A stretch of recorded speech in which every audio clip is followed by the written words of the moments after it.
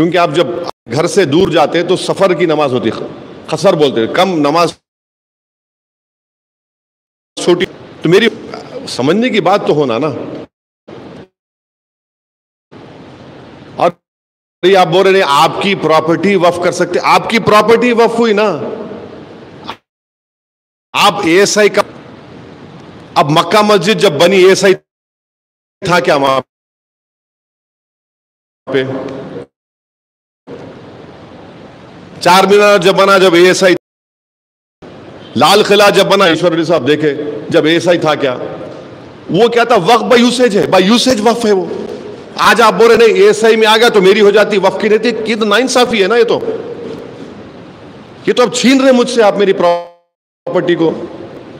संबल का केस चल रहा, पूरा संबल का केस चल रहा, आज आप लॉ बना दिए नहीं, it is not a waqf property. What will remain of the Sambhal masjid then? ऐसे कई आप जो काम नहीं कर सकते थे ये लॉ से कर रहे हैं पूरा।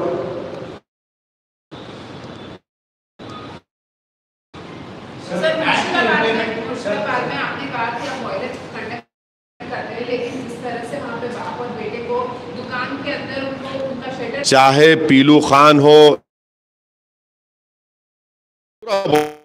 मैडम, दो लोग ऐसा मरे पुलिस फायरिंग में, मुसलमान मरा।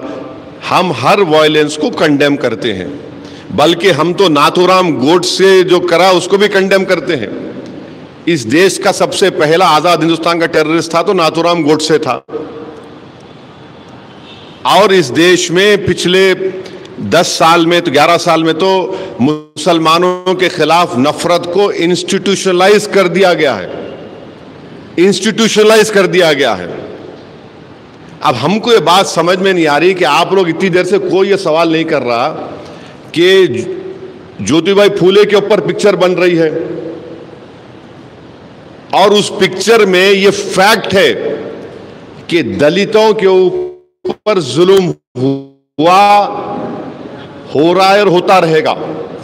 उस जमाने में ज्योतिबाई फूले और सावित्रीबाई फूले जब अपनी तहरीक का आगाज किए थे तो उस जमाने में दलित जो है अपने इस सीने के सामने एक क्ले पॉट को लगा के और अपने पीठ के पीछे एक झाड़ू को लगा के, चाके जब वो चलता था तो अपर कास्ट के लोग जो थे वो ये बोलते थे कि तू हमारी जमीन पर नहीं चला ना, थूकना। तो उन्हें थूकता था बेचारा तो अपने उस क्ले पॉट में, और पैरों के कदमों को अपनी झाड़ू से साफ करता था। उस सीन को निकालो, बोल रही गवर्नमेंट ऑफ इंडिया ये। यानी नरेंद्र मोदी हर पिक्चर को प्रमोट करते, क्यों नहीं पिक्चर को प्रमोट कर रहे ज्योतिबाई फूले के पिक्चर को? हिस्टोरिकल फैक्ट है ना ये कि अपर कास्ट के लोग उस जमाने के दलितों को बोलते तुम हमारी बस्ती में आ रहे तो अपने गले में क्ले पॉट रखो और पीछे झाड़ू लगा के, ताकि तुम्हारे कदमों के निशान मिटते जाए और तुम थूकना है तो उसमें थूको। ये फैक्ट है, ये कौन डिनाई कर सकता? नरेंद्र मोदी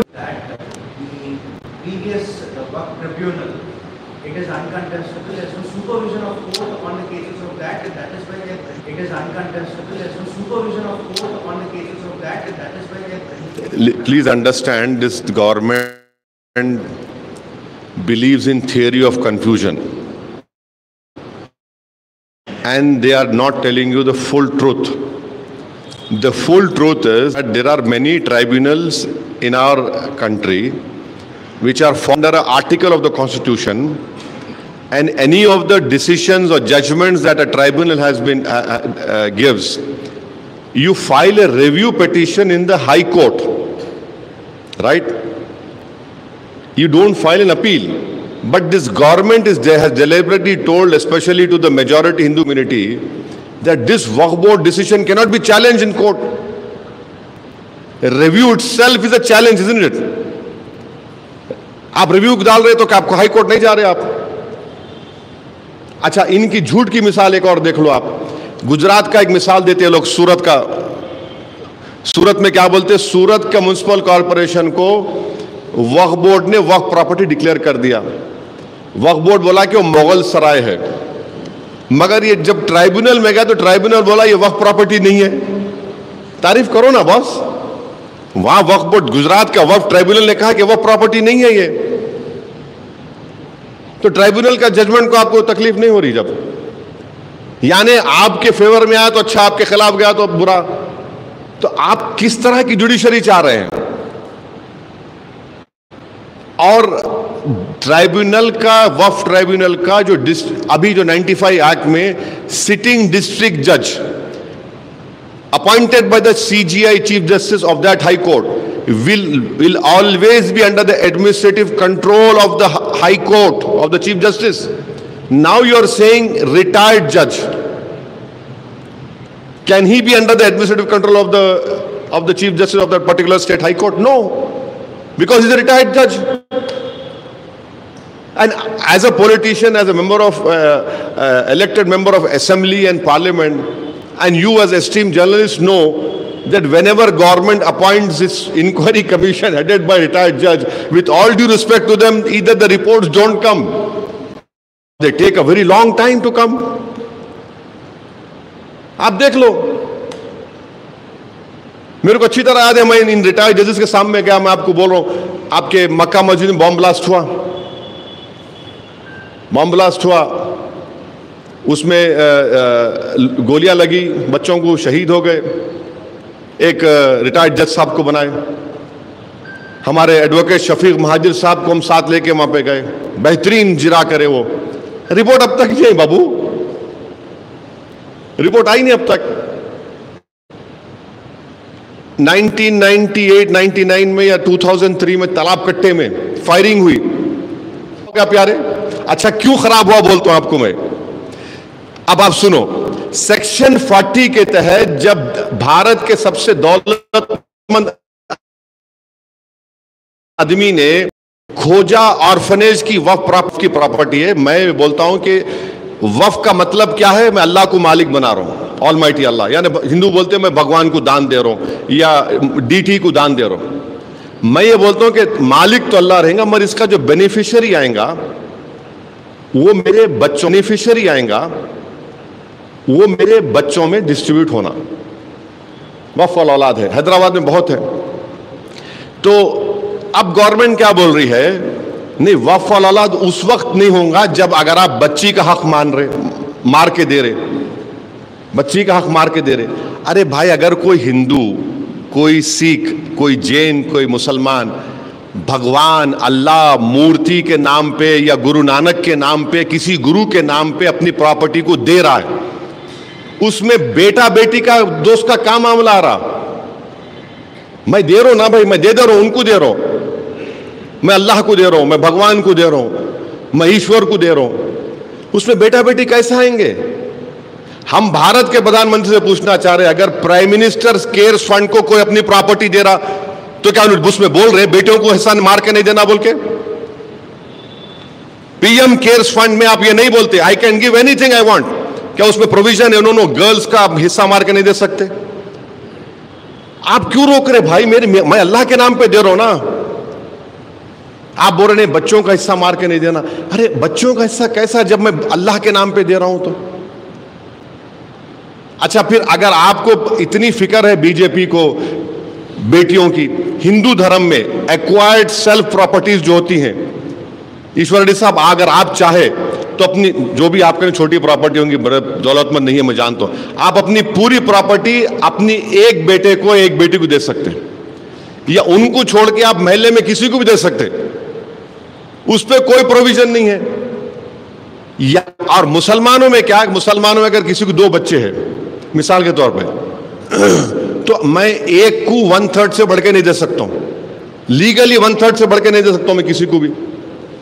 रोशन साहब नहीं दे सकते आप, आपकी property you can not give more than 1/3। आप वहां पे निकलाओ ना, क्यों? वहां पे हिंदू धर्म में आप बोल रहे कि विल पावर आपका नहीं, by will you can give it. आप देखते जाओ इनके जो नाइंसाफियां हो रहे हैं, ये कहां कितना टारगेट कर रहे हैं मुसलमानों को।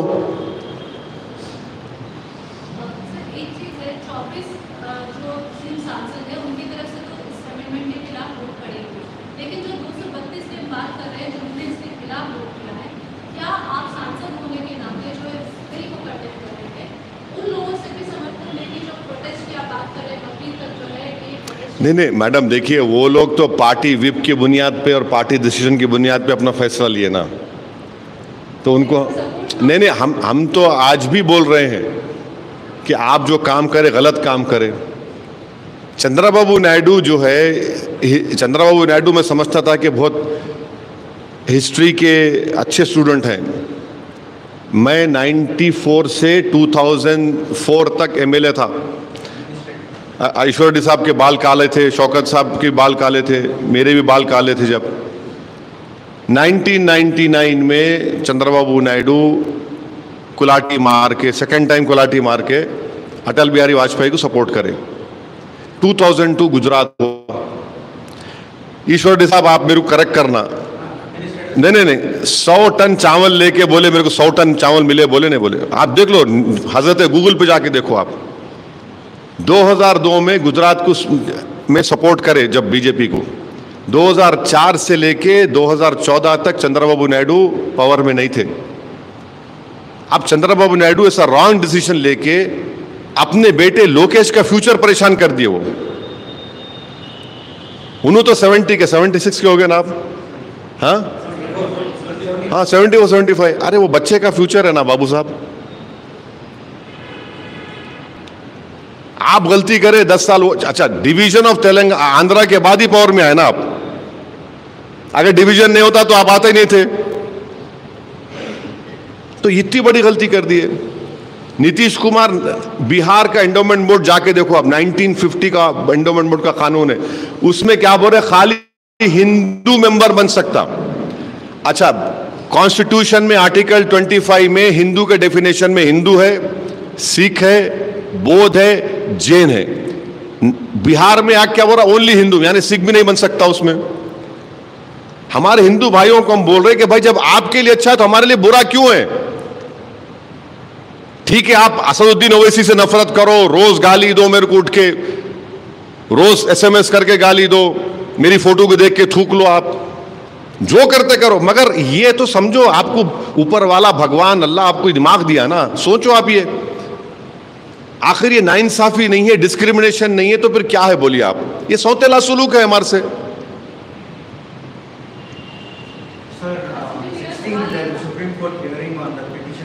So now it is going. I cannot. No, I'm just asking. Decided to go for why it is against the constitution.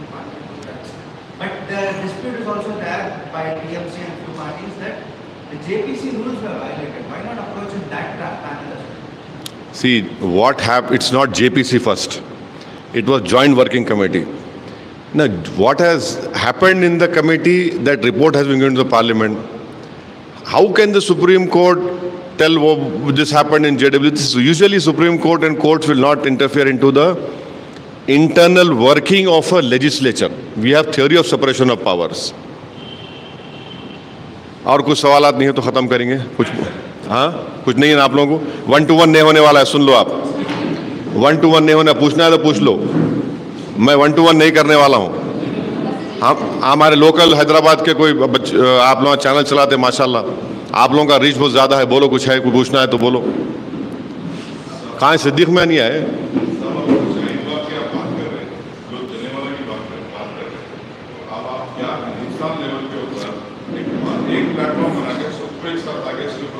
देखिए, एक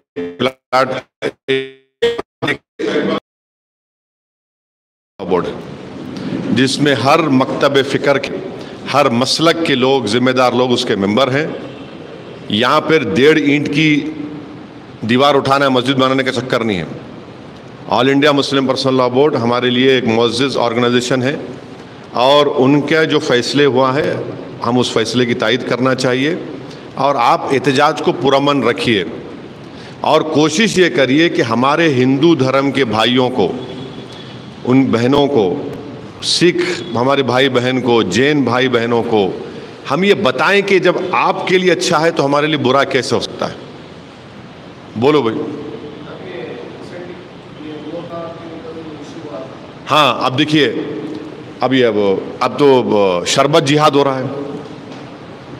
लव जिहाद से शुरू हुआ, ज़मीन जिहाद हो गया, अब शरबत जिहाद हो रहा है। जॉब जिहाद था। अरे क्या है रे भाई, मीठा है वो, पीते पियो, नको नको पियो। अब उसको भी नहीं, शरबत जिहाद। अरे क्या है भाई ये? कहानी, आप कितनी नफरत पैदा करेंगे मुसलमानों के खिलाफ? अरे आपको अपना प्रोडक्ट बेचना है, बेचो, मगर उसमें जिहाद क्यों लेके आ रहे भाई उसमें आप? अरे कैसा होगा ऐसा अगर आप इस मुल्क को ऐसा चलाएंगे? विकसित भारत हम बनना चाह रहे, हम भी बनना चाह रहे विकसित भारत। आप विकसित भारत ऐसा बनेंगे जिस देश की 18 करोड़ आबादी को इस तरह जलील और रुस्वा करके, उनके ईमान पर हमला करके, उनकी मस्जिदों को छीनने करे, कैसा विकसित भारत बनेगा? हम कैसा चीन से मुकाबला करेंगे? और टैरिफ का तो देखो आप, मैं टैरिफ का सबसे पहले आदमी था, टैरिफ के बारे में बोला था। अभी टैरिफ का देखो तमाशे होने वाले हैं, कितना परेशानी होने वाली डेयरी इंडस्ट्री को देखो आप। अब वो बायलैटरल एग्रीमेंट होगा, सितंबर तक पहला उसका होगा, अल्लाह को मालूम क्या क्या होने वाला है।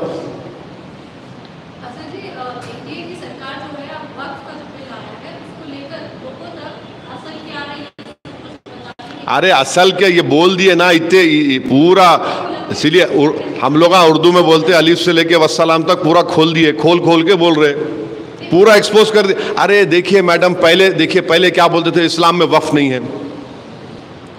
अरे कुरान में इन्फाक के ऊपर मेरे ख्याल से 70 ज़्यादा आयतें हैं, प्रॉफिट मोहम्मद सल्लल्लाहु अलैहि वसल्लम की हदीस हैं।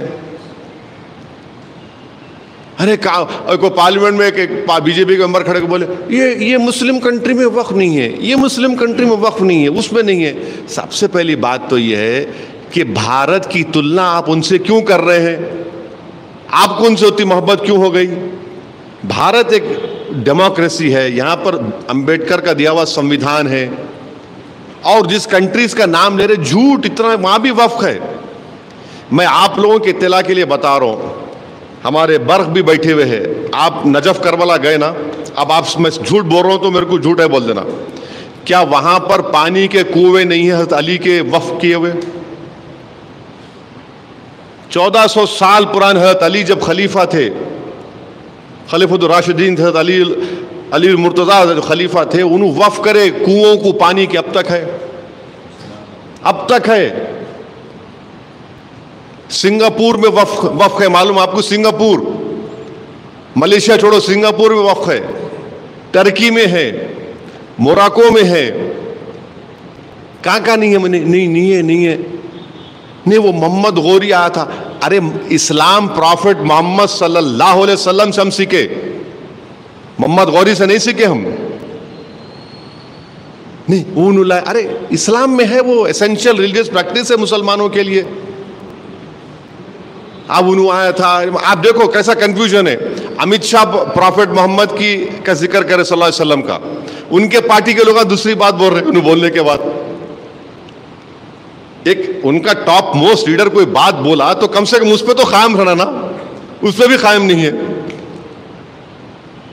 उनकी स्पीच के बाद उनके कई सुन रहा था एमपीज को उनके खिलाफ ही बोल रहे हैं, अमित शाह को वो लोग कॉन्ट्रडिक्ट कर दिए। आप स्पीचेस पढ़ो उन लोगों के। माने ये अगर इस तरह की नफरत आप में है मुसलमानों के ताल्लुक से, तो फिर आप अपनी कॉन्स्टिट्यूशनल ड्यूटी को नहीं निभा पाएंगे। Thank you. तो आप लोग आइए 19 तारीख के दिन प्लीज, सब आप लोग।